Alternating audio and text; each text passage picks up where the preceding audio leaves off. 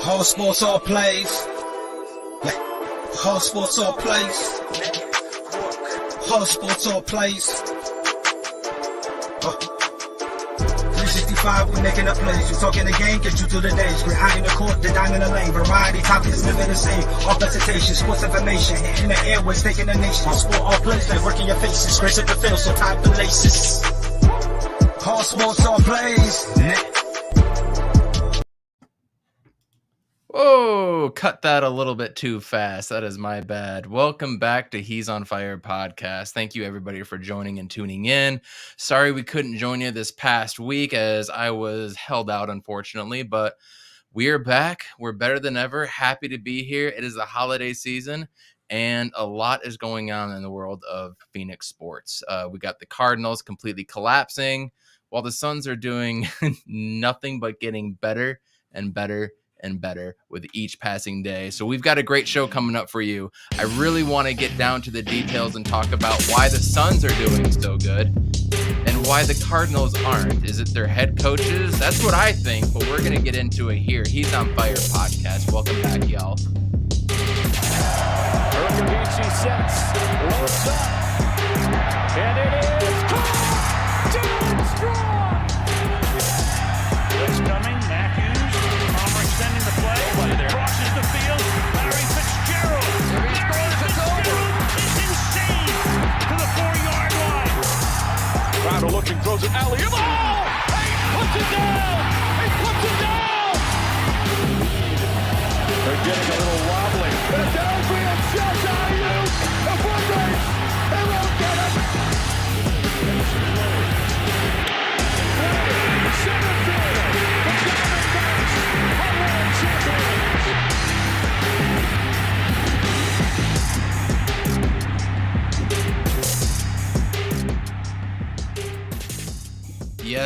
Yes. Welcome back, everybody, and our loyal followers. JV, thanks for tuning in, man, and happy holidays to you as well. Happy holidays, Roy, JV. Roy, Merry Christmas. Everybody. Huge Roy. Really glad you guys came out, and I'm glad you guys did because we're going to be starting off with a lot of Phoenix Suns content. Very first off, I mean, it was great to see them beat that Laker ass last night, and I don't care what anybody says. Anytime you beat the Lakers, it's a good day, and honestly, I really didn't care last year when we beat them until all that, right? I really didn't give a damn. Once that shit started popping off and people in the comments started popping off on Twitter and Facebook and whatever, like that's where it got kind of real for me. So beating their ass, what is it, the second or third game like we did, and then doing it last night when we played bad, it just felt so good. And yeah, people are going to say, enjoy your little win. We have 17 championships. You know what? We will. While you are in misery, we will absolutely enjoy this. Amit, welcome, man. It's good to see you. What was your take on the game last night? Yeah, a little bit better. But what was your take? The Suns didn't actually play that well. They didn't shoot well. I mean, that was clear, right? The three-point shooting was not good. If they would have made those open threes, well, I don't know how much it would have made a difference because they missed three straight on one possession. So that would only been 3 points anyway. But I mean, it just showed you like the difference between a championship team and a 500 team that's playing at its best. And a championship team, I think, Jay, you said this, they're playing at half speed. Or one of you guys said it. They're playing at half speed for the first half. And then when they want to turn it on, it's on. And the thing is like with this team, you can look at the starting lineup and they could be down 6 or 5 or whatever it was. And then you just know when that second unit gets on, when JaVale McGee gets on the court, things are going to change drastically because the style of play is different. The shooting opportunities are way different. The ISOs are way different. Like it's just a different team with that second unit. And they're just, I mean, they're balling, dude. I mean, I don't know what else to say. Like I've been saying that they've been on cruise control through that whole win streak. And now they've passed that win streak, started another one. They're on 4 in a row right now. It's really injuries, COVID, and back-to-back games that are going to make this team lose games, right? Or if they drop their focus. But even if they drop their focus, I really think that this team can pull it out. Which they have. Like they'll, what it means is that you'll see starters in the fourth quarter, which is like You know, like that's such a luxury to be like, yeah, okay, now Chris Paul has to play in the fourth quarter. Fuck. Or sorry for swearing. But but you know what I mean? Freak. And then Deandre Ayton's taking a leap. Yeah. DeAndre Ayton is turning into that guy that we always wanted to see, and it's so beautiful to watch. I have a take later.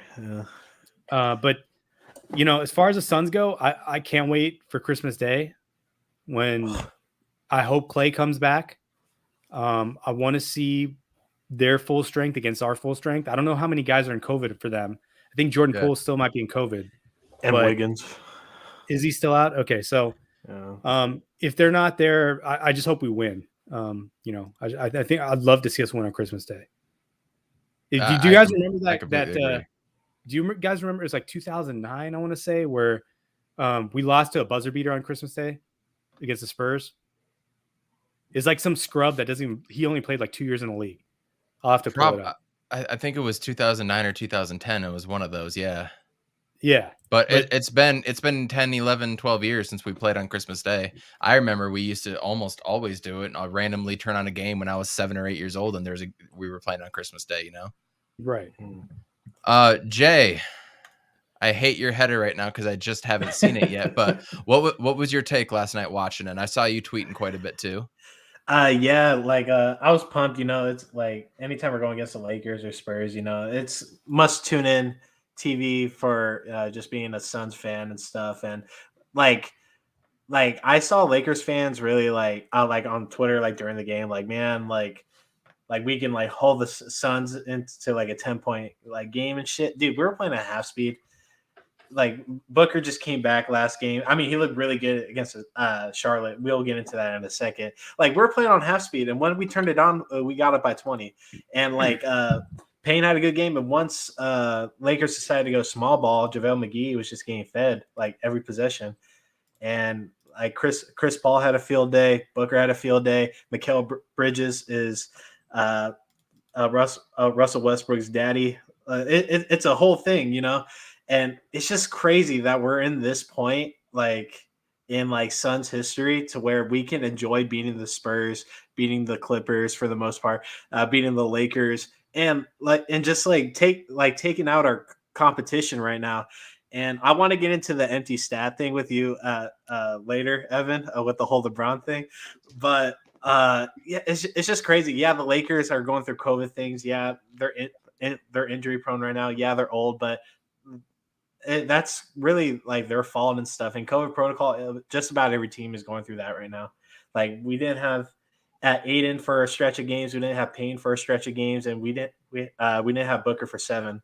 So that was a case that Lakers fans were making last night. Like after we whooped them, like the Suns are the healthiest team. I'm like, we're the healthiest team, even if we have 3 guys out. You know, like we're running the floor. We're pushing the pace. Yep. Like everyone knows a role. We're not doing dumb shit like Russell Westbrook rocking it like in the first quarter. That's a sin. Don't do that against us. He did that too in the first game we played them, by the way. Yeah, and that like in the first game it was 6-9. Like and he like rocked the baby, and like we just took over the game. Like you can't be doing that with Book on the other side of the court. But the Suns have been handling their business. The Charlotte game was like boring to watch. Like all of us were sort of like 50-50 about that game because, you know, like last year they really outshot us. But like DA put LaMelo on a t-shirt, and just nobody was able to do anything that whole game. So the Suns 3-0 this week, you know, it was just great to watch. Absolutely. And, you know, going back to Russ real quick, I will never understand anybody.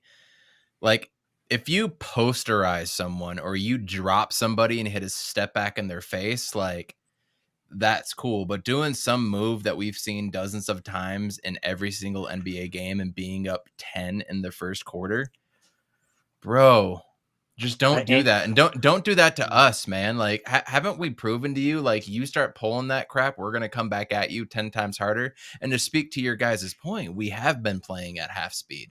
And I think that's very important for people to remember. And when you talk to Lakers fans, you just can't speak reasonable with them. You can't talk basketball with them. You can't tell them all these plays that you're running off the elbow, off of your 52 set, the little wrinkles that you're pulling in. They're going to be like, what? Oh, we just don't have Kendrick Nunn. That's why we lost. And it's getting annoying. You can't talk ball with everybody. But the Phoenix Suns, man, I'm so excited to watch every game. And what you were saying, Jay, it's true. We're just enjoying it. We're enjoying running through the league right now. We're enjoying beating the Rockets. A win is a win is a win is a win. And no, we haven't had those in 10-some years until last season. But I mean, to be honest, ever since COVID happened, bro, I'm just more thankful for every sports game we even get to watch. And you see COVID just taking over the leagues right now, running rampant. So whenever we win a game, yeah, I'm going to celebrate. Yeah, I'm going to have fun.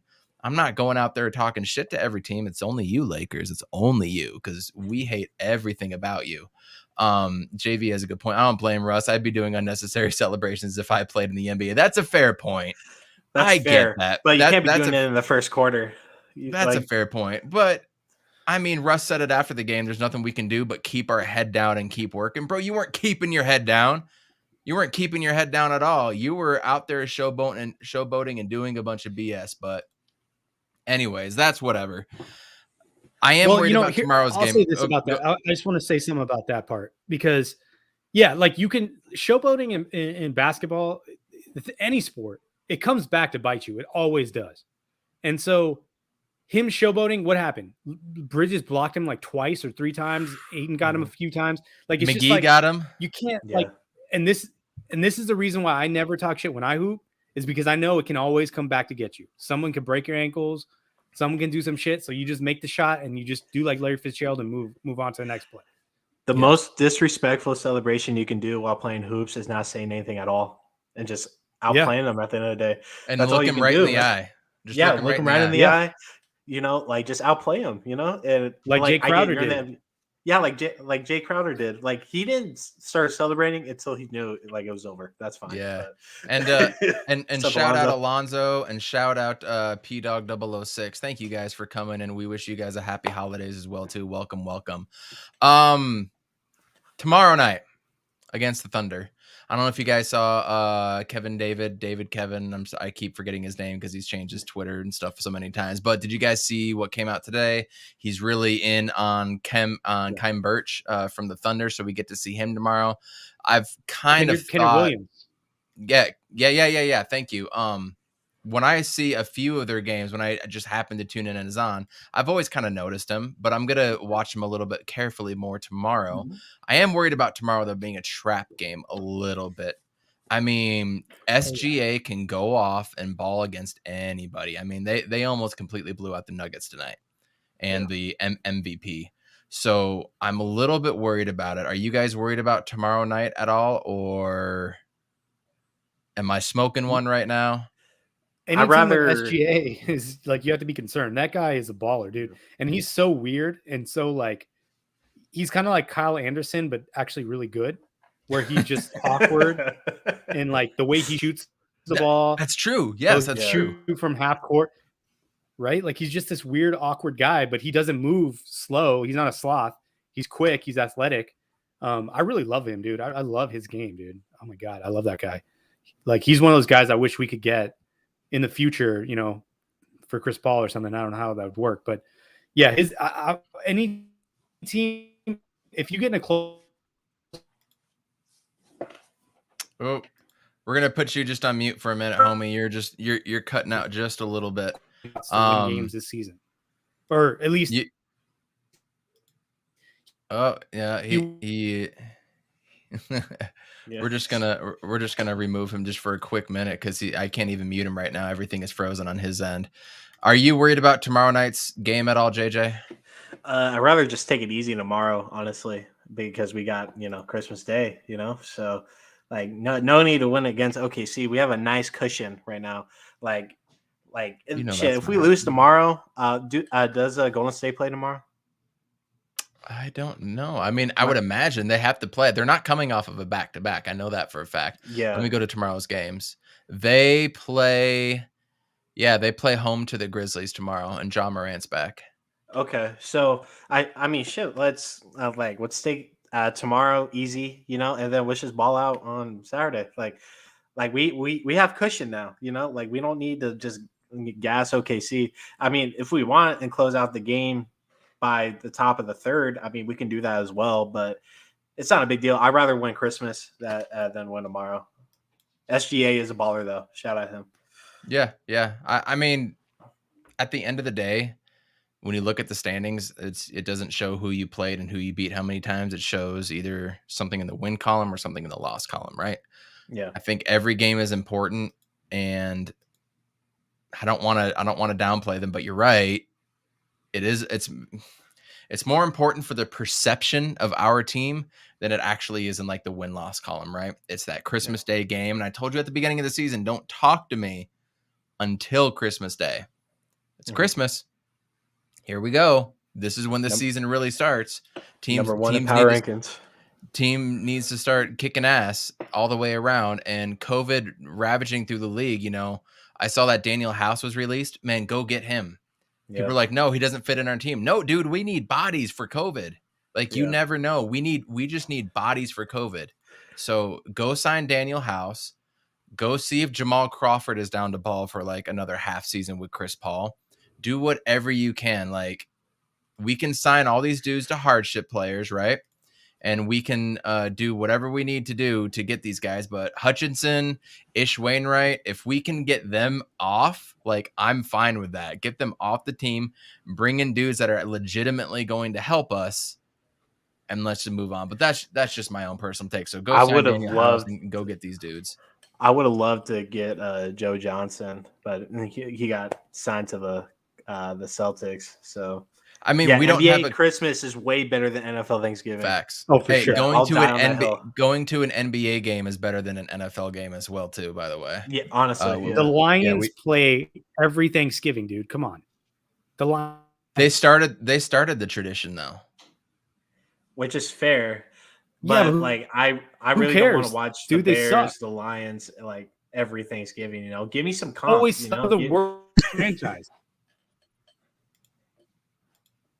You're not wrong, but that's why they started the Thursday night Thanksgiving game as well too on NFL Network, so that they can start showcasing other teams. And I remember the year that we played the Eagles and got blown out like 50 plus points or something like that. So I don't know. Either way, Thursday games should be gone. So Cardinals, on the other hand, just absolutely shitting the bed against the worst NFL team. We have no faith in them. This is why I had no faith in the Cardinals in the beginning of the season. This is exactly why. Because the team quit on Cliff Kingsbury last year when his dumbass is calling QB runs with a quarterback that's injured with an ankle injury. And what's happening now? He's doing the exact same things. Now, if they come back and they win on Sunday, we can have a different conversation again. Thursday. Is it? No. Saturday. Excuse Saturday. me. On Saturday. If they come back and they win on Saturday, we can have a different conversation. And that's going to be against the Colts, who they were a downer at the beginning of the year, and now they're not. We have no pass rush as of now. We can't stop the run. Our safeties are getting beat. Our offensive line can't block a damn thing. That includes Rodney Hudson. So things can turn around. I'm not saying they can't. But as of right now, where it stands, I would not be surprised if they either miss the playoffs or lose in the first round. That sucks to say. Is that frozen again? Oh, he is. He's frozen. Might not be his night. If you can hear, dude, just come back on with no video. It's fine. So, thoughts on the Cardinals, JJ, real quick, because I got a couple things I want to touch on between the Suns and Cardinals correlations. Oh yeah, for sure. I'm very disappointed. It's like not where I thought we would be. Like it's just super disappointing. I got a thought for you, P Dog. I got a really good point for you. So just listen up for a quick second. Go ahead, JJ. But it's just like literally the last like 3-4 games has literally come down to Kyler's like motivation / leadership, if you want to get into that. I don't think his leadership is the problem, but whatever. And then Body Cliff's language. coaching, like body language too. Like it's just crazy. It's like us, like NFL fans, we have an opinion of like what you should call. We're up in the box per se. Like We're fans. We're yeah, stupid. we're fans. Yeah. Yeah, but it's just crazy because it's just like common sense. Like, why are we on the 2-yard line, 3-yard line, and we're just Throwing fade routes out of the shotgun. throwing fade routes, or on 4th and 10, throwing fade routes in the red zone? Like, why? Like, It'll be 4th and 12, and we're gonna run a wide receiver screenplay. this shit makes no sense. And fade routes only work for like wide receivers like Cooper Kupp or D Hop. Like, what is AJ Green gonna do? I love AJ Green, but he's not gonna be on the fade. He's not gonna do that. Now, like, just to like leave coaching aside, coaching's been awful. Defense has been atrocious. I just don't know what to say about what's going on with this team right now. And I don't think we got figured out. I just think that we're just getting outplayed, and we just think we're like the top dogs. And I think that record sort of got to this team a bit. No, I agree with that take. That, yeah, I think that we're just kind of coasting a little bit. At the same time, I'll look at it and I'll go, like, okay, everyone gets on Cliff, right? Like Kyler has an option to audible out of that play. He can do an RPO. He can do a lot of stuff from the line of scrimmage. He's shown that. So I'm wondering, is he making that call, or is Cliff making that call? Because I think it's Cliff, honestly. No, because the other one was when he threw that one to Wesley where he stepped out of bounds, where it clearly was a touchdown, but it wasn't. Because how do you if you touch the pylon, isn't that a touchdown no matter what? It's supposed to be. I thought so. I thought you had to get 2 feet in though, but if your foot touches the pylon, isn't it the same thing as getting your foot in? I thought it was a touchdown, honestly. I thought you had to get. Yeah, but okay, so that's a good. Right? Like, if your foot touches a pylon, it's the same as any part of your body touching a pylon, meaning it's a touchdown. Right? Yeah, I don't know, because you have to have 2 parts of your body touching inside. It's not like college where it's like one inside the pylon. Anyways, we're not but whatever, right? Either way, Kyler made that throw when he read the entire field and said, "I'm going that way." So, and that was 4th down, right? So my point is that I think we can't blame Cliff for all the play calling, but I will say this: we gave Cliff and we gave Vance all the flowers when this team was balling, so they got to get the smoke when the team's not good. Facts. Exactly. Facts. That's where I'm at. That's where I'm at. It's like he's on fire. It's like at the end of the day, it's not just coaching. It's like literally how everybody carries himself on this team. Yeah, like we're going through injuries like crazy. Now Rondale Moore is on IR. I think I read that correctly. But yeah, he's essentially out right now. And we're going through injuries. Yeah, we're going through COVID things. But it's just like at the end of the day, we're still one of the better teams. And it's just crazy. Like, we've had 4 games to secure a playoff spot, and we haven't been able to do it. And now Over 2 years. Now the Cowboys are ahead of us, and the Bucks are still ahead of us, even though they lost to the Saints twice. And it's just crazy right now. And I swear to God, I really don't want to face the Niners in the playoffs. I don't want to face really any of those teams and stuff. And this is why I really wanted the 1 seed, because we have that game off, and then we just need to win one more. Then we're in the NFC Championship. But I just don't know what's happening right now. I will go on record saying the Lions are probably the worst team I've seen in recent memory. They play hard. They play hard. They want to win every game. Compared to every Lions team in the last 10 years, this is probably the best Lions team. But it's they just wanted it more at the end of the day. But let's get into this Joe Johnson thing. I'm sick of talking about the Cardinals, honestly. They really need to gain my trust back on Christmas. They need to win Christmas. It's a must win, no questions, period, all that. Go listen to I'm forgetting All the Smoke podcast with Matt Barnes and Steven Jackson. Mhm. They had Amari Stoudemire on during, I think it was right before COVID hit or during COVID. And he came on and he was talking about all the times he had in Phoenix, you know. He goes on being like, yeah, after that first year, we win 62 games, losing the finals. I thought everything was going to be fine. I come back and I'm like, where are my boys at? Like, where are my boys? And no Q Rich, traded him for Kurt Thomas, and then no Joe Johnson. You trade him out for Boris Diaw. And I was like, let's run it back. Let's run it back. And then they were like, well, were you mad that Joe Johnson left and did that? He's like, hell yeah, I was mad because he wanted to sign and stay with us. He wanted like 5-year, $38 million. That's all he wanted, or like 4-year, 32. It was something in the 30s. And he wanted to come back and play with us. But Robert Sarver, Matt Barnes interrupts right away. He goes, Robert Sarver's a bitch. Right away, he says that. And I was like, damn, Matt Barnes really does hate him. And Amari's like, yeah, I hate Sarver. He goes on and says something. But Sarver just paid Quentin Richardson the summer before. And then they just paid Steve Nash. And so they were very hesitant, and they knew Amari was coming up the year after. They were very hesitant to pay Joe Johnson. So that's why they traded him for a low-paying player like Boris. Got some picks, which we didn't even get Al Horford that next year. We lost that pick. And then they trade Q Rich for Kurt Thomas, who's going to have an expiring contract sooner than Q Rich does. So that's why Joe Johnson didn't come back. It's because Robert Sarver didn't want to pay him 4 or 5 years for like 35-ish million because he had cold feet. That's why Joe Johnson didn't come back. And it is a damn shame. And until I hated Joe Johnson until I heard that. When you hear it from the source, when you hear it from dudes that were there, just heartbreaking. So I honestly can't wait till the offseason. I'd love to get into a lot of offseason what ifs, talk about a lot of the teams that we know and loved back in the day who would be good now. Yeah, JJ. I just to cap off on the Cardinals thing, I don't know if you guys want to do another cycle, but I did find this interesting stat from NFL Research on Twitter. I don't know if you guys have seen this, but it's just kind of funny. The 10-3 Cardinals lost to the 1-11-1 Lions.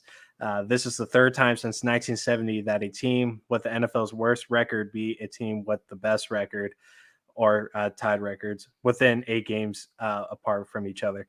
The previous 2 teams to lose, the 1995 Cowboys and the 2004 Patriots, went on to win the Super Bowl that season. Both won the Bowls. I mean, it's not impossible. Let's cap the Cardinals thing off. Here's the thing. Like, we're pissed, but there's so many fan bases that are pissed. Like, we actually put a Ask JV about the Bears. Right? Exactly. Well, not even let's not talk about teams that suck. And sorry, JV, I have to say that the Bears are trash. My wife's from Chicago. They suck. The Bears don't suck. Matt Nagy does. But anyways, go ahead. Well, they've never had a quarterback since Rex Grossman to get them anywhere, which is telling you a lot. How good that defense probably was. But anyways, my point is that if you look at the Bucks, if you look at a lot of the other, like even the Rams fans, like they won 2 in a row against really shitty teams, but the Rams are like their fan base, every fan base is just hurting because they're like, the problem is every week with the NFL, there's such a reactionary period. We're like, oh, fucking, you guys saw it. They're like, let's fire Cliff. Everyone on Twitter is like, fire Cliff. I'm like, dude, he rejected. Dropping F-bombs again, Amit. Either way, we still have the best record in the NFL, right? Or at least tied with the best record in the NFL. We had a cushion. We built a cushion. So basically our cushion and our margin of error, which I talked about last week, is gone. Absolutely done. Now it's put up or shut up time. And we got to figure out who the leaders are on this team. We don't have Fitz. DeAndre Hopkins is injured and he seems to be a quiet dude. Buddha seems to be a leader. JJ Watt, even though he's playing, seems to be a leader, but I don't know if it's for show or if he's actually like truly trying to lead. So I know, a lot of scrutiny's gone on Kyler for not being a leader, but the dude is 23 and I don't know where you guys were at when you were 23 and this guy's not even 23 yet, but, like leadership is learned. It's not just like you just come out with it. You learn how to become a better leader. And he's been around a lot of great coaches. So I'm assuming he's probably a step ahead of most 23-year-olds, but Kyler's got to pick this team up. Like, he has to pick this team up in the next game. The defense, Chandler Jones, if he's a leader, he needs to pick the defense up. He's the one on the field. JJ Watt's not. He's got to pick the defense up. Buda 100%. Baker's doing everything he can. Robert Alford's out. He's got to step up on the secondary. He's got to talk to Simmons. He's got to talk to Marco Wilson. Now it's not about play calling. It's about guys. We really Marco have was a awful sense of against the urgency. Lions. Yeah, he was. We need a sense of urgency now to actually execute without being ahead. We are behind. We have to play from behind, and we got to play with the sense of urgency to kick their ass. Sorry, I don't try not to swear anymore. I completely agree. So that leads everything to my topic that I really want to discuss.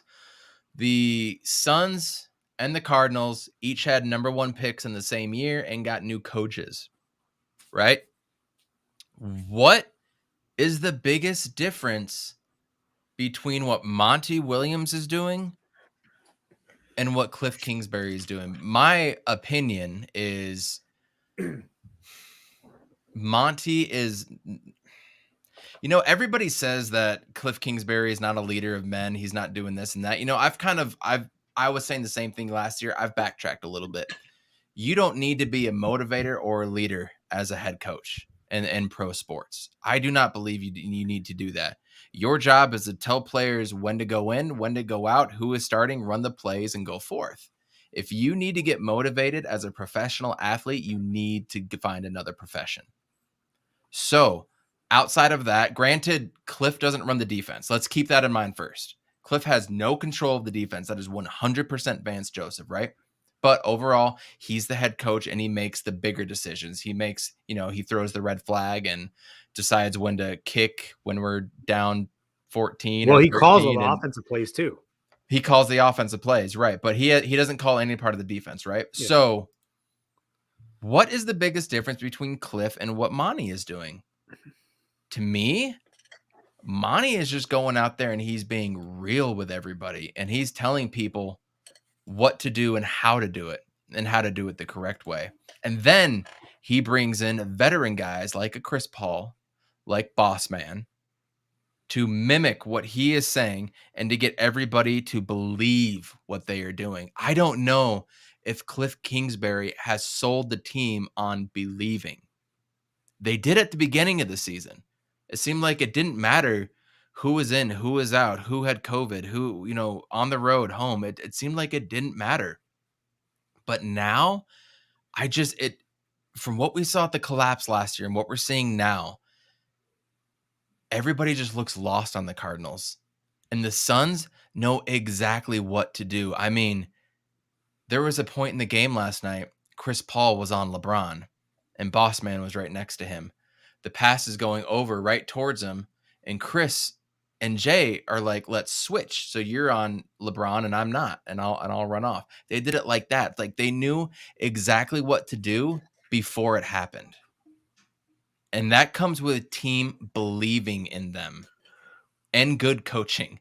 We can talk about Cliff and his coaching, which we've already done. I'm not sure Cliff is making sure everybody believes that they can go out and they can win. So I'm curious to hear what you say, Ahmed. I'd like to start with you. What do you think is the biggest difference between their coaching styles? I guess I'm not really sure how to phrase that, but go on. No, so this goes to just what I was saying is that I'm talking about leaders, and I didn't mention Cliff Kingsbury as a leader on this team, because I don't know if he is. I mean, yeah, like you hear him in the locker room, you see those after games where he's giving out the game balls and stuff, and it's a typical thing that you saw with Bruce Arians or any coach around any sport, college, whatever. Like they're saying the same shit, like, oh, this guy did really well, give him a ball, whatever, hyping guys up. And he's a play caller. He's an offensive mastermind. He was brought in to make Kyler Murray the best that he could be. That was his entire job.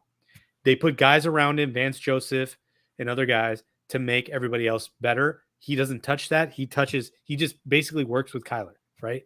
It's totally different. So that's why I'm saying Kyler has to be that guy. It's different. But the thing is, they brought in so many veterans, and they have already winning veterans here, and that's where I'm starting to think more about Fitz not being in the locker room and what kind of impact that has when this team is under adversity. Because if anybody saw it, Fitz saw it with all those garbage teams that he had to put up with and garbage quarterbacks. But the guy brought the same mentality every single week. And you can talk to any receiver that was in the room with him. They would tell you the same thing. Like they were about winning football. They're trying to do whatever they can to win from their side of their position, their side of the field. With Monty, it's a whole, we're talking like whole next level type of thing, because yes, he built a culture in the bubble with this team. Like he basically got to nuts and bolts where the Lakers, their whole culture experience or their bubble experience was 5 months off. We get the rest. We can come in and just play this style away. And then, let's see what happens. The Suns came in and like, we're trying to win in the bubble. We're trying to build our culture. They built a culture with the players they have. It's almost like a college team in a way because they're so young, but in another way, it's just because I feel that. It's kind of like the Spurs, right? Like this way the Spurs have this continuous flow of players coming in and out that play the same way. But at the same time that Monty did that, Monty built an offensive system that is really fucking dynamic. I mean, when you go and see what the Suns do at a 52-51 elbow action, they built so many wrinkles, empty corner, like, and shots to David Nash. I'm putting me on all this stuff. But like they have so many wrinkles in their offense this year that they didn't even have last year. And the way that James Jones has like just put the right players around what Monty wants, like it's totally different. Like Monty he's a chess player and he's the players coach at the same time. Cliff is the chess player, but he's not that players coach because I don't think he has the experience as a player and as a coach to go through the wins and losses and the big games and whatnot. And then on top of all that stuff, Monty has gone through the most tragic thing anybody could go through. So losing to him, he's like, dude, losing doesn't matter to me, dude. I lost. He's not afraid to lose. He's not afraid. And we saw those moments in the finals when he was talking to DA and he was just talking to him like, a friend, a son, a dad. Yeah. He's just like, dude, I just want the best for you. I want to see you be your best. And that's what he's, and to me, it's just like, I think every Suns fan that's a hardcore fan, they've seen it with Monty and they'll run through a wall for him the same way we would run through a wall back in 2015 for Bruce Arians. He was the cool uncle though. And yeah. I think what Monty is doing is, I'm not trying to start anything with Bruce Arians because I don't like what he did to the Cardinals. I don't like how he went about it, but it seems more authentic with what Monty's doing. I agree. Yeah. JJ. 3 years, number one picks, both teams. Obviously, the Suns have had more success than the Cardinals. At the same time, the Cardinals they're trending up. They've been doing nothing but trending up since he's got here. But what do you think is the biggest factor? I think what Amit said bears so much weight. Losing his wife. I think that's the ultimate X factor to what is making Monty great now. I hate to say it. I'm not trying to say it as a mean thing or anything like that. I just think he knows about true and tragic loss, and that just puts a whole new perspective on your whole life and your whole world. So what do you think, JJ? So there's a lot of different angles that I view this certain question. I like both coaches in their respect, just in different ways. Cliff, he's the younger dude. He's the guy that's been around the block and was blessed with the opportunity to coach an NFL team. Not like just about every coach dreams of that, and he had the opportunity to do that. And to his credit, even though we bag on him a lot, he progresses every year. And like not a lot of coaches can say that. Andy Reid went many years of like just 500, less than 500, like, and then getting to the playoffs every year and losing in the playoffs every year. And every year. Yeah. Now he's blessed with the opportunity to be coaching the Chiefs right now. And that's just an example of many. Not every coach in the NFL is Billy Belichick. He is a one of a kind. Probably won't see another coach like him in our lifetime. And he's not the motivating guy. He's not the quotable guy like Monty is. He's not a guy. the put their hand around you or their arm around you and be like, "What's wrong?" He's not that dude either. No, he's not that guy. He's going to run you to the ground and want you to play at your best 150% of the time, and then trade you for a 4th-round pick when it's time to resign you. Yeah, exactly.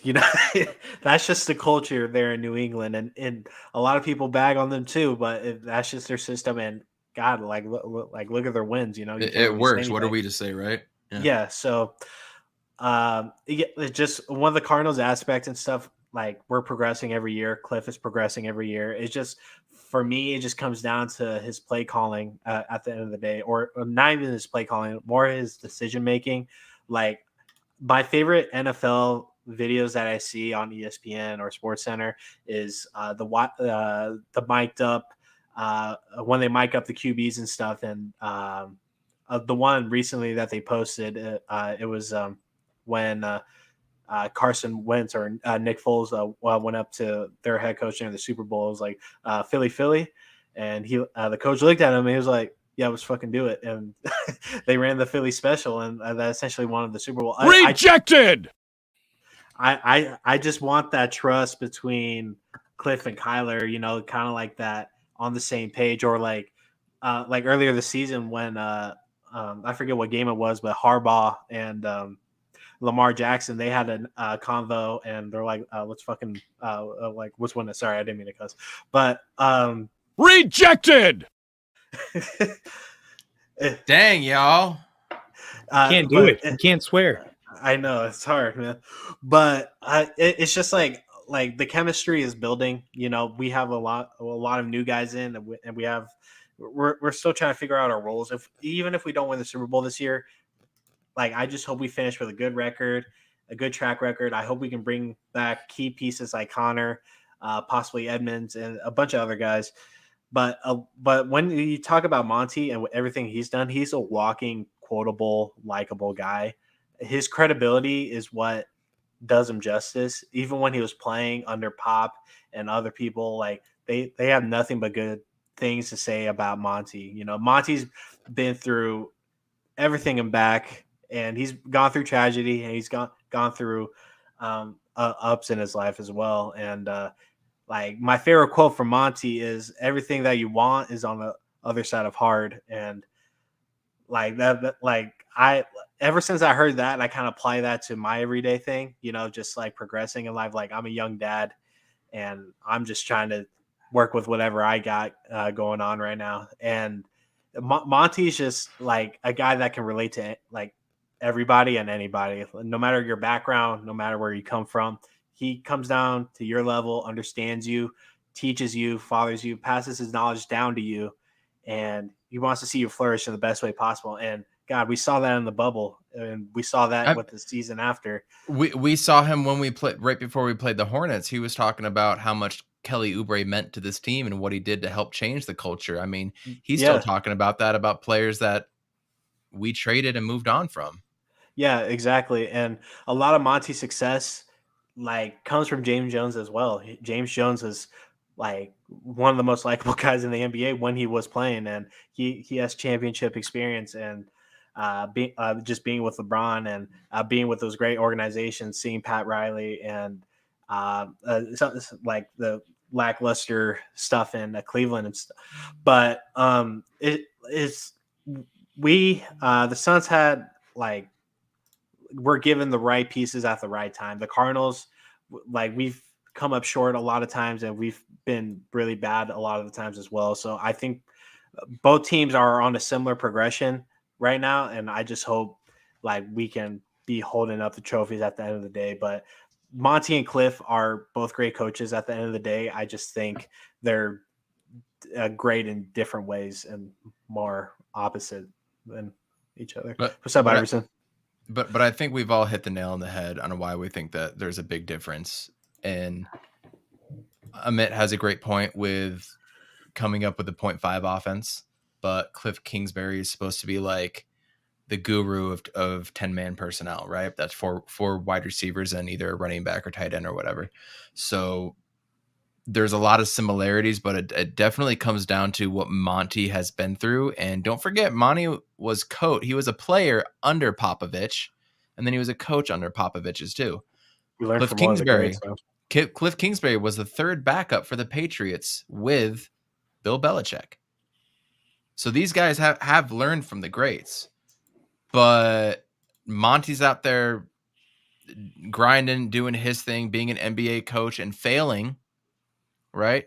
Cliff Kingsbury is dancing, working out, getting girls, being at Texas Tech and failing. And there's a big difference there. And there's the age difference. I mean, I think Monty's in his 50s or 60s. In fact, I'll look it up. So I think there's a huge age difference. And with another 12 to 15 years of knowledge, like how much Cliff Kingsbury can absorb during that time is probably insurmountable, especially if he's an NFL coach. So, but at the end of the day, the Cardinals are on the verge of another collapse. And that's why we're having this conversation. And it just kind of sprung to me while I was sick and I really wanted to talk about this. So I'm glad we got this. So I told you guys before the season, don't talk to me until Christmas Day. And then that's when the NBA season really starts. But up to this point, Amit, what are your takeaways outside of the Suns and the Lakers? What are your takeaways of the NBA right now? Is there a player that you've really noticed, a team going on? What has really drawn your interest, Amit? Well, I told you guys in the beginning when we did our preview, Cleveland. And you were right. You were right. Yeah, I'll give you that. Cleveland's good. I told you the Lakers would be play-in. They're looking at play-in again. I was surprised. Cliff is 42 and Monty is 50, by the way. Go on. Yeah. Okay. So Monty's only 50, but he's lived such a fucking full life, huh? Yeah. At 50. Rejected. I know. I can't do it. You know what we need to do is we need to each have a swear jar. We'll put that money in and we'll donate it to charity at some point. We should do that. We'll donate it to us so that we can all go to a game together sometime. I never have changed. The Warriors actually really surprised me. I didn't think they were going to be this good. Same. But I really think that the usage on Steph is, even though he's conditioned and that's how he plays, I really and I don't know if you know, you guys saw there were some stats. I saw it somewhere. He's 10 percentage points down at the rim than he was last year. So he's taking bad shots and making bad shots, but he's down at the rim. And I think that's going to hurt them in the long run. But anyways, I mean, the Warriors surprised me. I'm hoping that the Kings, the Timberwolves seem to be getting better. I really hope those teams could be good because I just, it just sucks when those teams suck, for the most part. I knew the Knicks were going to fall off. I mean, I knew that shit. That was you can reject me again. The Knicks were not going to be good. Players specifically, dude, I really wish we would have drafted Tyrese Halliburton.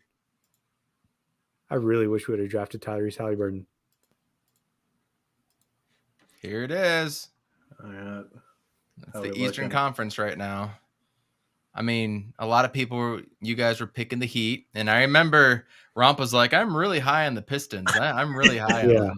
I'm going to make fun of him for that at some point. But this is what we have. I mean, I had the Cavs down here. Amit, you had the Cavs down there. I had the Cavs down there, but I remember when we talked about them after like week 1 or week 2, I'm like, look out. You're right. Yeah. But never. I'm just I know. We all said the same thing. We all had the Knicks right here.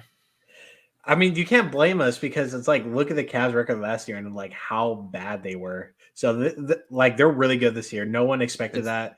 It's like all Ricky Rubio. It is. Ricky Rubio's the truth, bro. No, when Sexton went out and Rubio went in, it changed their entire game. Absolutely. And then Kevin Love accepted a bench role, which you didn't think he would, and it works out with all their bigs. No one else had the Bulls as high as me. No. Jay had him at 5. Amit, you had him down there, and Romp had him at 6.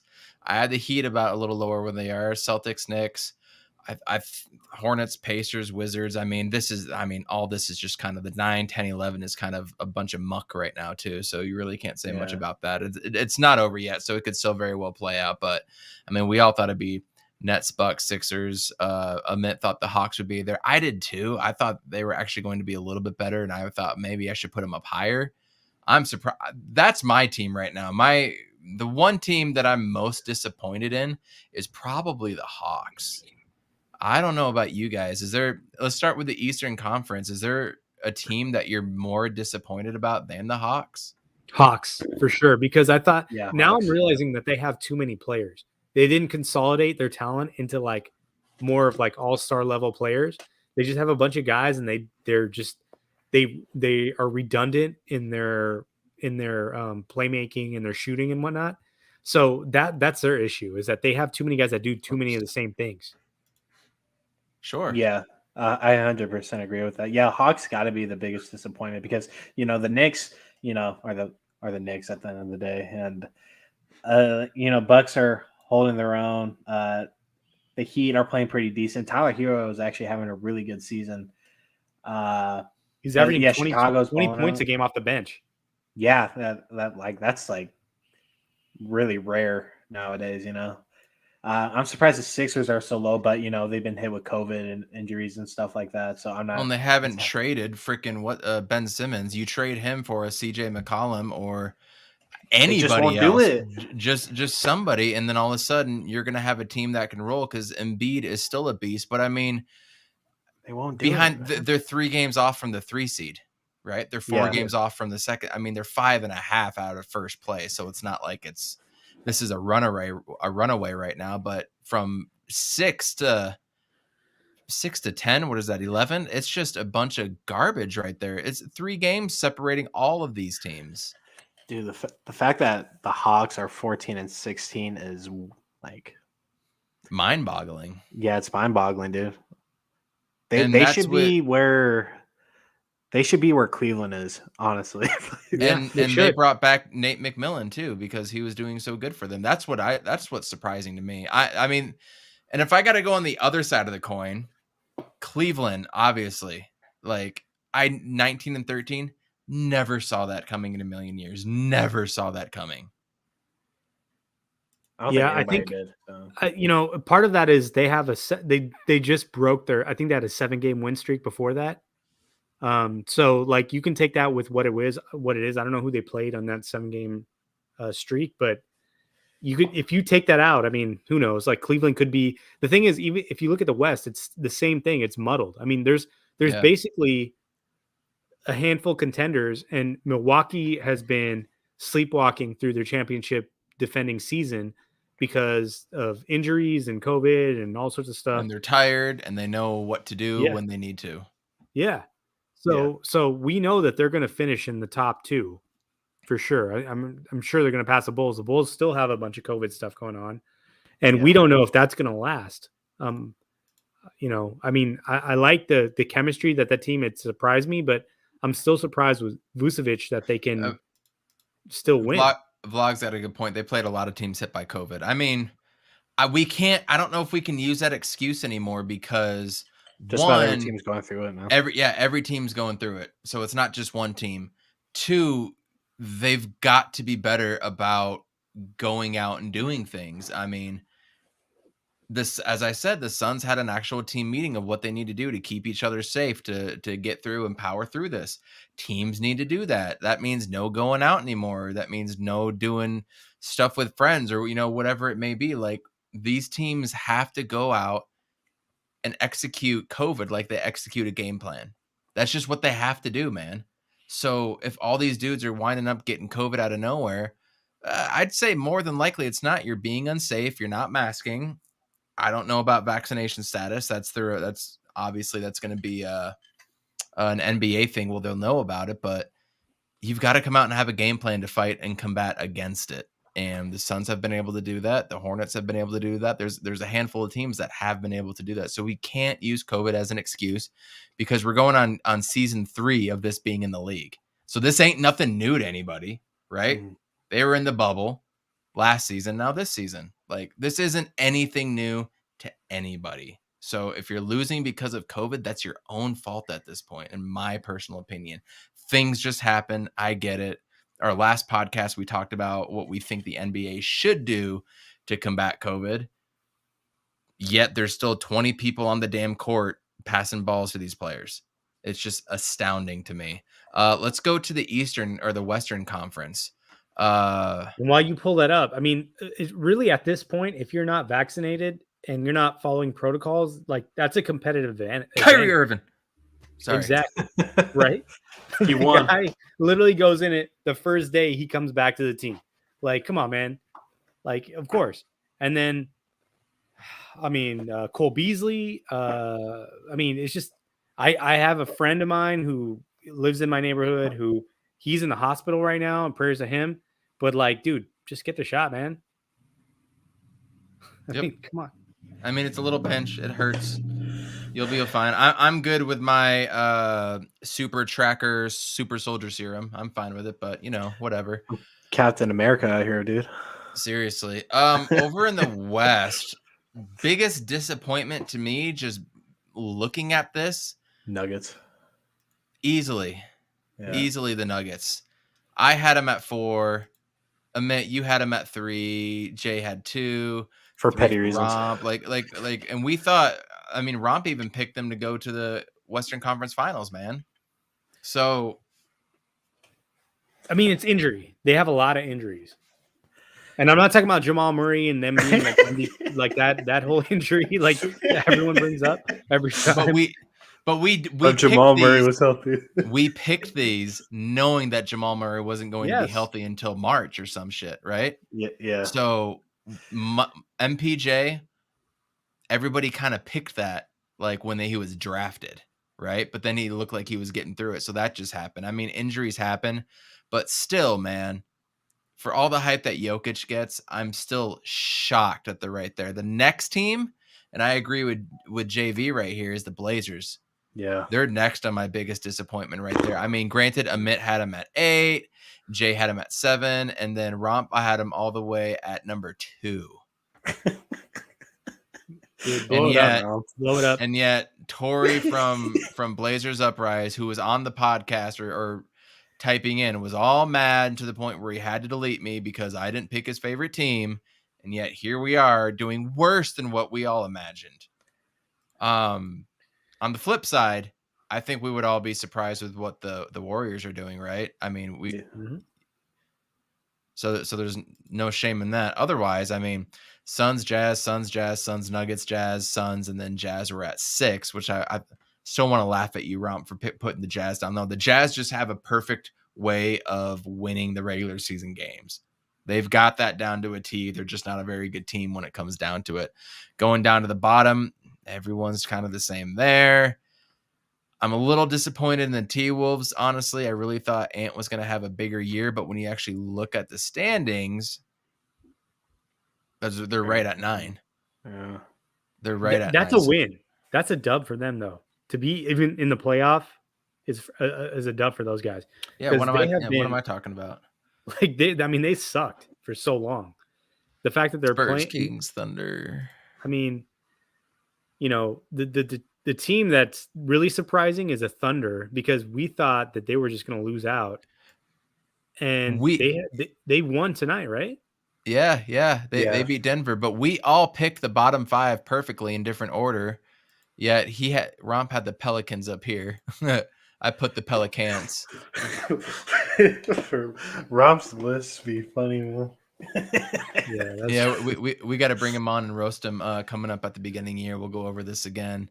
But the Mavericks being 500 is no surprise. Nobody believed in them. Nuggets being 500 is surprising because I did think they were a better team even without a Jamal Murray. Lakers being 500. Yeah, Lakers being 500 is fun. I'm surprised the Clippers are doing that good after I've, kind of seen some of them. But here, 6, 6, 6, 4. What are they at? 5. That's where we thought them. But we haven't mentioned the Grizzlies. Yeah, the No Grizzlies John at Morant 4. for how That's many wild. games, and they just keep on winning. I had the Grizzlies at 10, Amit 9, Jay, you had them at 10, and Grizz at 11. So the Grizzlies and the Cavs are really kind of the toast of the NBA right now. Yeah. Amit, what do you think of the Grizz right now? I mean, honestly, like the Grizz, they have a program that they built over the last few years. So they've been surprising, not just this year, but like many years in a row, where they're like they were not supposed to be in the play-in last year. They were supposed to be a lottery team last year. And Desmond Baines is stepping up. I mean, without like the team, they have a lot of good players on that team. It's funny because they have a lot of guys that you're like, when they get to their peak, like they might be really good. But then when you look at like the Thunder in the same way, you're like, they have a lot of guys in the same way that could be in their peak and they're not really good, but they are really bad. And maybe it's Poku, maybe it's like certain guys, I don't know, but like SGA is a great player, and he's not translating into wins the way that Ja Morant is translating into wins. Right. And then you got dudes like DeAnthony Melton and Desmond Bain and probably Dylan Brooks having career years. Yep. Curious to look at his stats too. So Dylan Brooks, having a career year right now in almost every category. Ja Morant probably having a career year in a short, 20. I mean, 17.8, 19.1, and now 23.7 points. He's having a career year. So you're talking about all dudes that are having, obviously Desmond Bain is on his second year. And I didn't think Desmond Bain was good, to be honest with you. I didn't want to draft him. Like, I thought his shot was wet from the beginning. I knew his shot was NBA ready. But whenever he took it off the dribble, he just looked dumb as all hell in every single film that I watched. So it's good to see him stepping up, because if he was able to do that, I knew he was going to be a prime player. But I mean, you just go down the list and you're seeing dudes have career years. Then you add Steven Adams, who's just such not a force, but like a calming presence. I'm not sure how to put it. And better than Valanciunas, in my opinion. Hell yeah. Yeah, because Valanciunas, he needs the ball, and Steven Adams doesn't need the ball. He just needs to set picks and get rebounds and blocks, bro. And offensive rebounds, yeah. Yeah, like how I've been like kind of looking at Cleveland and Memphis. Like Cleveland is kind of like on the bubble Suns sort of thing right now. Like they're stirring the pot. They have a young core. They have some nice pieces going on right now, and coaching is there, but it's not consistent. And with Memphis right now, I want to say they're kind of like the season before Kelly Oubre came. Like they're good right now. Booker is by far the best player on there, and they're like just a space between where Booker was and the second best player on that team. You know, it was a wide margin. So I think that's where Memphis is at right now. Give them both teams a couple of years. I think they're definitely going to be competing in the East for sure.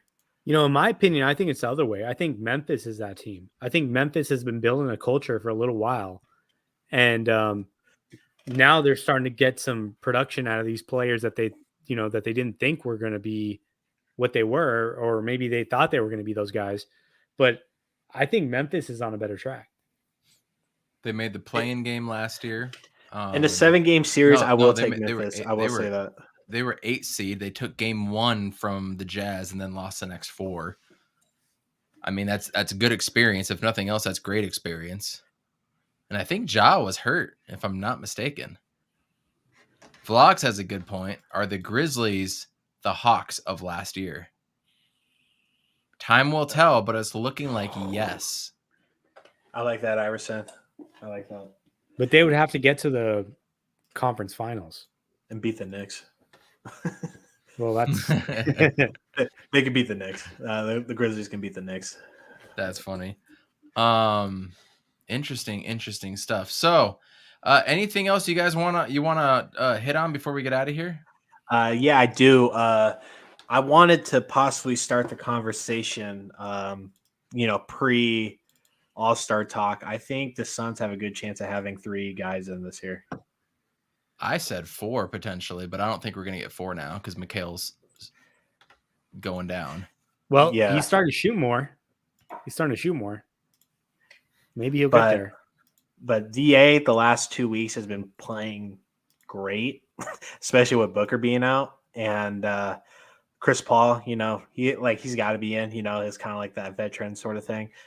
But like Booker's, he's having a great year as well. And when you're a top team, you have more people in. So and plus AD being like garbage, and Zion, not dropping weight and hurting his foot every couple weeks, like it's opening more to where the NBA is going to sort of be forced to actually give Booker hey, you're an all-star and not like a reserve sort of thing. And I think the same thing with DA as well, because DA definitely takes AD's spot, in my opinion, at least. So I started doing the calculus on this, and I was looking at it, I'm like, so how would DA get in, right? Because I think Kat and him are the guys next up. And Jokic, so, right? So Jokic is in. And Rudy. Jokic may be a starter this year. I don't know what the Lakers fans and the worldwide fans are going to do to vote guys in. So if we're looking at a starting lineup, LeBron's in, right? He's starting. He's probably going to be the number 1 player. Is Dame a starter? Is Dame even an all-star? Steph Curry. Right now, no. Steph Curry's in there. Steph's in there. Probably 1 or 2. But is Dame an all-star this year? As of right now, no. In my opinion, I agree. I hate to say it, but they'll vote Luka in. Luka's in. But he's been bad this year too, so I don't know. The team is not good. See, here's the thing: is that it's so funny because when it's about when the team sucks and your player's really good, but you don't get an all-star bid. When Booker probably needs 2 more all-star bids, right? Than what he's gotten already. And so it's just like, okay, so we're just going off, history of this player. So if we're going off history, like who are some of the other guys that we think that are going to make it directly?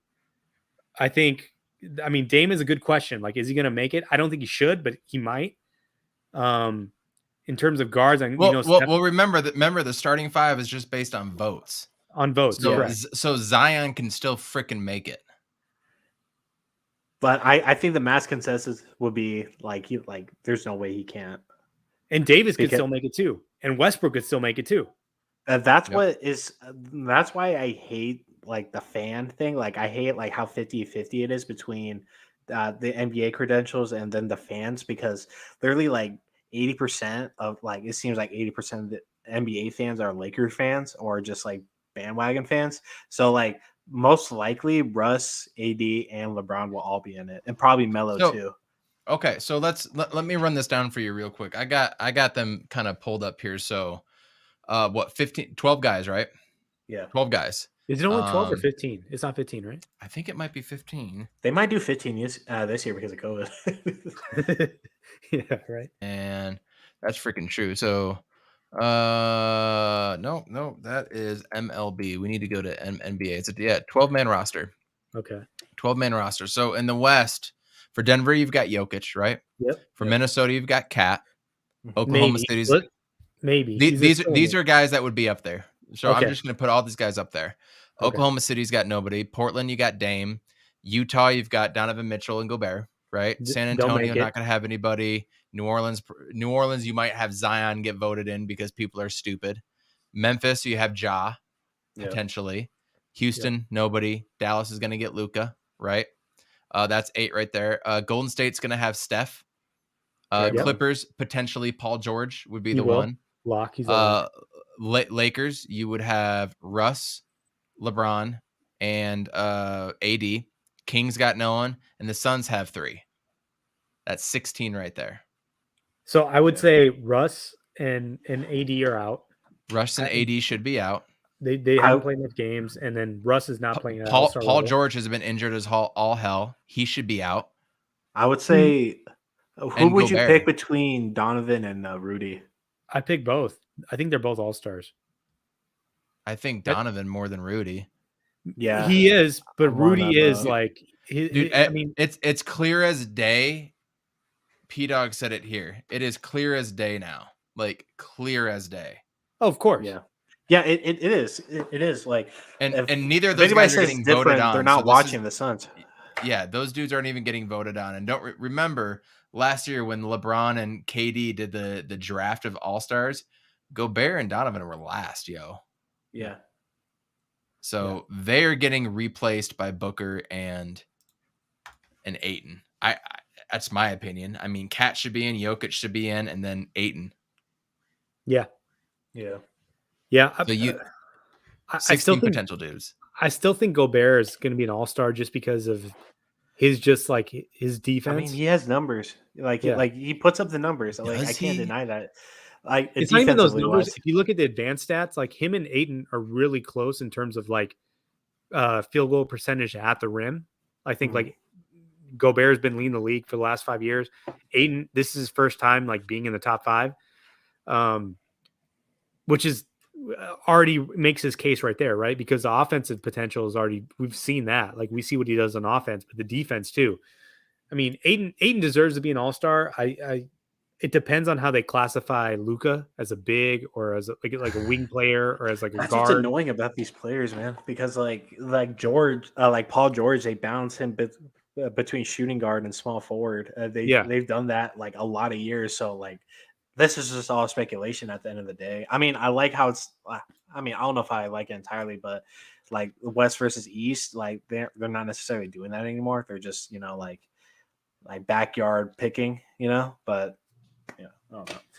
So for the record, Deandre Ayton is averaging 17 points and 11.3 boards. Rudy Gobert is averaging 15.4 points, but he leads the league in 15 rebounds per game. Yeah. And then I'm sure he leads the league in blocks too, right? Well, a lot of his blocks don't get counted. Have you been seeing that? I know Ayton. Right. Ayton's, you're talking about Ayton, right? Oh yeah, Ayton. Yeah, Ayton's blocked. Yeah, they haven't been counted for like 2 years, dude. I mean, he had like 3 against Charlotte, and they only counted like 1. Like if DA doesn't make an All-Star bid, like I get it. Whatever. No. I'll live with that one. I mean, Chris Paul's going to be an obvious nod. He'll obviously get it, right? He wasn't even playing that good last year, and he made it over Booker. And everybody knew Booker was the MVP of the team last year by All-Star break. So he'll make it. Book will make it. On Deandre Ayton, I mean, if you're going to put him up against a Dame or Donovan Mitchell, I think he's the odd man out.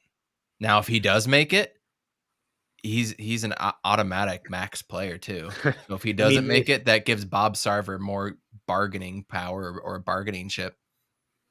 Do you know what's crazy too? I think Mikal might be in the skills challenge this year, and I think Cam might be in the 3-point contest as well.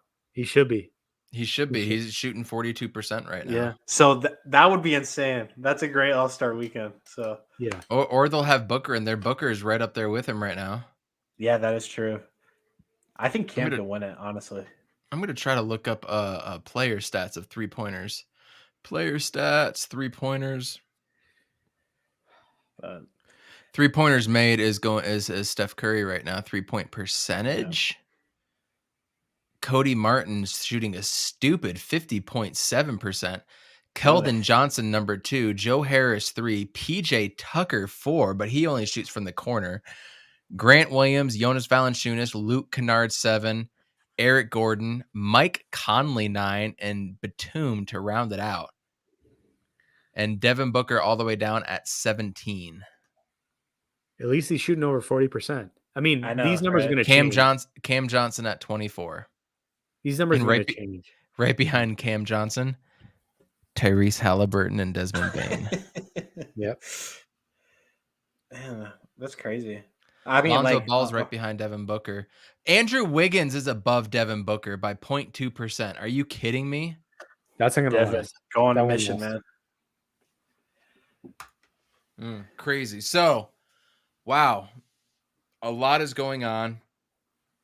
Suns have a game tomorrow. I think we're all going to pick a win.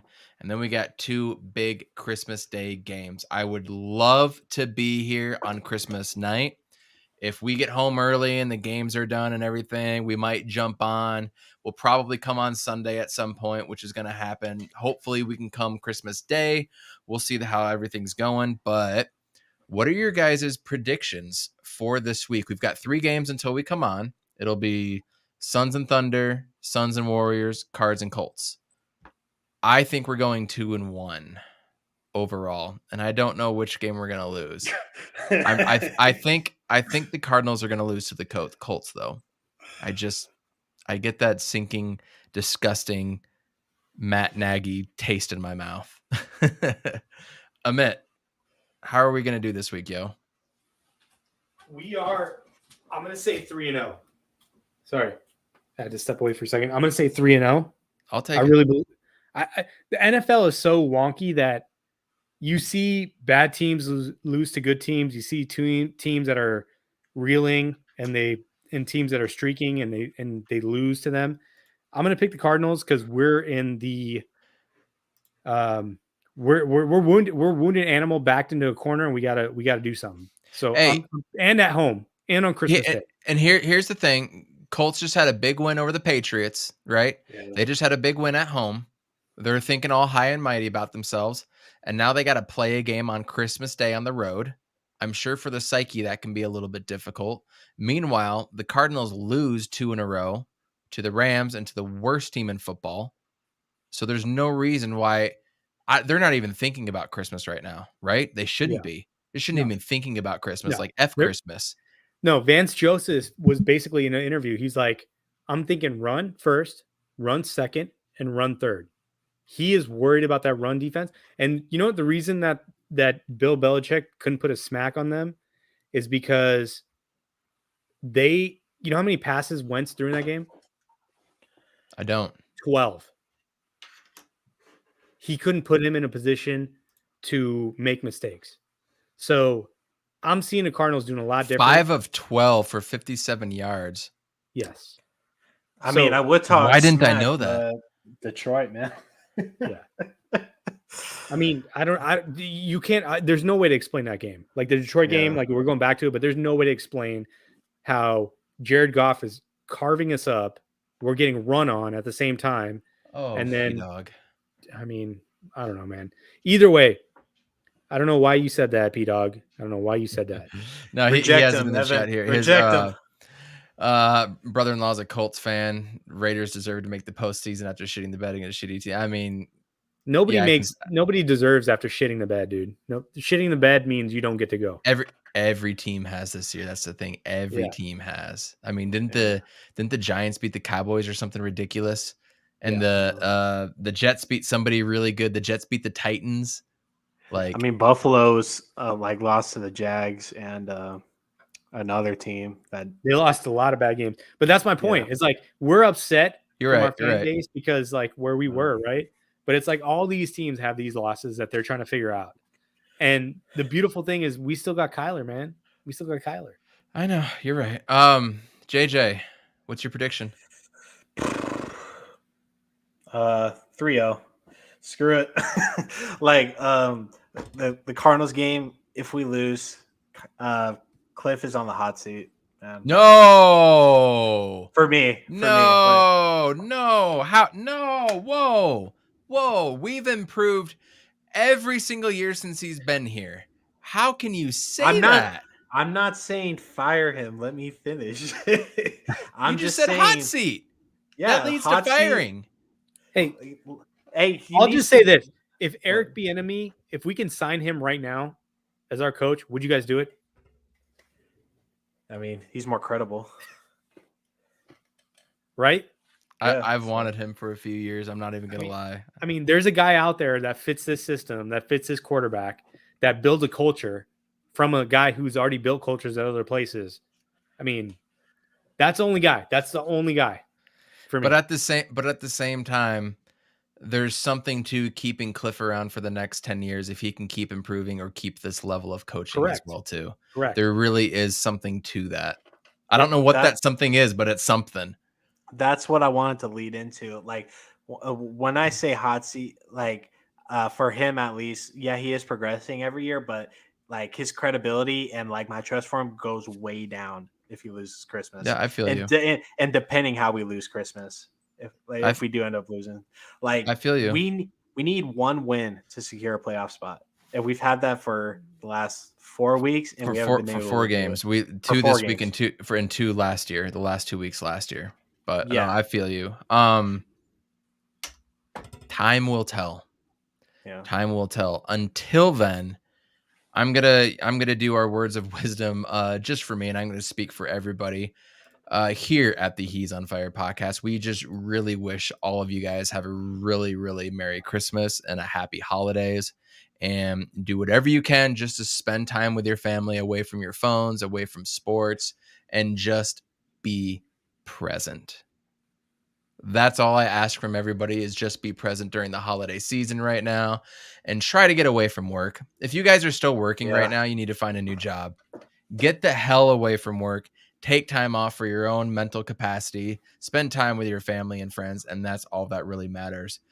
P-Dog said it best. I'm not going to say the F word on here anymore, but I kind of agree with that. Although I just got really sick, and that sounds like the absolute worst thing to me right now. But go home to your families. Take some time off. I hope you all have an absolute wonderful, wonderful Merry Christmas from everybody here from the He's on Fire podcast. We'll see you guys potentially Saturday night, probably Sunday night. Either way, go Suns, go Cardinals. Devin Booker for MVP. See you guys later.